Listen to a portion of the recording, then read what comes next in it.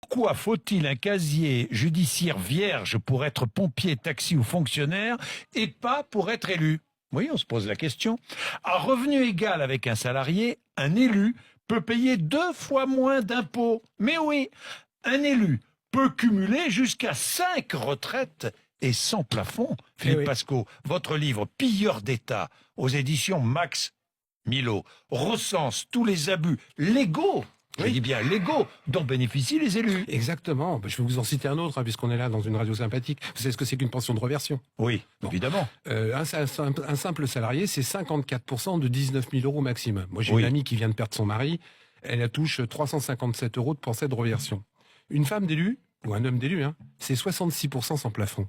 Moi, j'ai du mal à comprendre qu'une femme d'élu soit plus fatiguée qu'une femme de salarié. Et c'est ce que je mets dans Pilleurs d'État.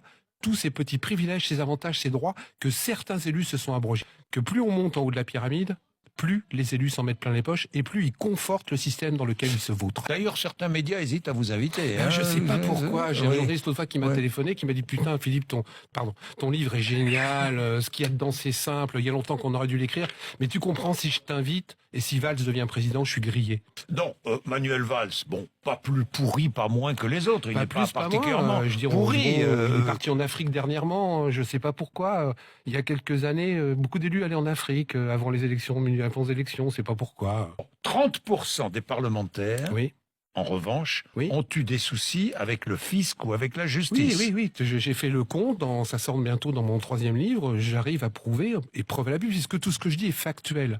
Dans mon premier livre, j'ai mis 400 élus et j'ai mis leur nom, j'ai pas eu un seul procès. Tout ce que j'écris est factuel, vérifié, recoupé. Là, je mets dans mon 3e livre que 30% des parlementaires, députés, Sénat plus sénateurs, donc 577 plus 348, 30% ont eu affaire avec la justice. Je rappelle encore une fois que c'est des gens qui votent des lois pour nous demander de nous serrer la ceinture. C'est des gens qui votent des lois pour dire que les gens qui sont au RSA aujourd'hui, on va pouvoir fouiller sur leur compte en banque pour savoir si c'est des gens qui, quelque part, dépensent un peu plus que le RSA. Et c'est des gens qui, quelque part, ont des comptes en banque en Suisse. Il y a 150 à 160 députés qui se sont payés une maison personnelle avec l'IRFM. Est-ce qu'une seule fois on a été fouillé sur leur compte en banque? Est-ce que ces gens-là sont poursuivis? Moi, si je fais ça, 3 mois après, on vend ma maison. 3 mois après, je passe en justice. Comment ça se fait que les élus, il faut 15 ou 20 ans pour que quelque part il y ait un procès qui se passe? Comment ça se fait que des élus qui ont truandé, je vais vous citer encore un autre exemple. Rambouillet. Un élu, il a été condamné. 20 millions d'euros. 20 millions d'euros. Il avait détourné, mal géré, etc. Il a été condamné à 20 000 euros d'amende avec sursis. Mais c'est pas ça le pire. Comme la mairie, c'était son petit pote, ils se sont pas portés partie civile. Donc les 20 millions d'euros, ils ont été payés par les habitants. Est-ce que c'est normal? Et en plus, c'est là où les gens sont 2 fois cocus. Comme il y a la protection fonctionnelle, non seulement l'élu, les habitants ont payé l'avocat, mais en plus ils ont remboursé les dettes. Et ça, il faut que ça s'arrête parce que les gens, je vais vous dire aujourd'hui, ils en ont marre. Ils ne croient plus à la peste, ils ne croient plus au choléra, ils n'ont pas envie des chemises brunes, ils n'ont pas envie des chemises rouges. Du coup, il y a des endroits où il y a 75%, 80% d'abstention. Est-ce que c'est normal? Est-ce que ça doit continuer? Je dis non et je l'écris dans le livre Pilleurs d'État. Alors vous dites certains élus touchent plus de 30 000 euros par mois. Leurs retraites sont cumulatives, celles d'adjoints, celles de conseiller régional, celles de députés. Ils peuvent avoir jusqu'à 5 retraites et tout ça sans plafond. Mais j'ai vu des maires qui disaient je laisse ma place. J'ai fait assez de machin, j'ai fait assez de boulot comme élu, je deviens maire adjoint. J'ai compris après. Ils touchaient leur indemnité de maire adjoint, plus leur retraite de maire.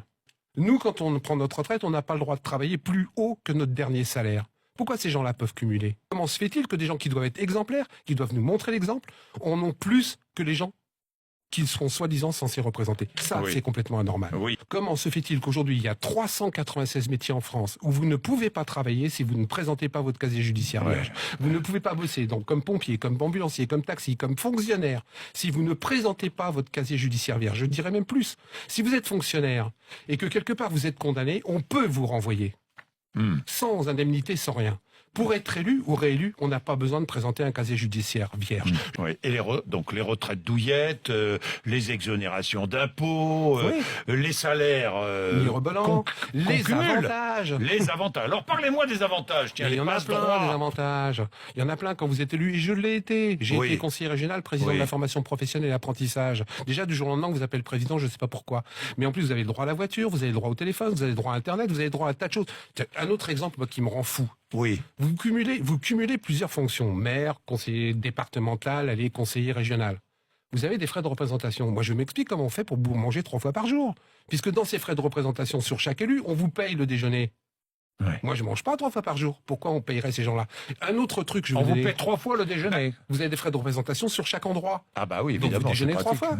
Oui, c'est parce que je sache, les gens déjeunent qu'une fois. On ne justifie pas. Mais non, l'IRFM, vous faites ce que vous voulez. Tout le monde le sait. C'était dans la presse. Il y a un député qui s'est payé des voyages et de la thalassothérapie avec son IRFM. J'en ai un autre qui était sénateur qui s'est payé un pavillon avec piscine du côté de Nice, grâce à l'IRFM. Il y a plein de pays où vous dépensez l'argent vous-même et vous vous faites rembourser. En France, c'est pas ça. On vous donne le pognon et vous en faites ce que vous voulez.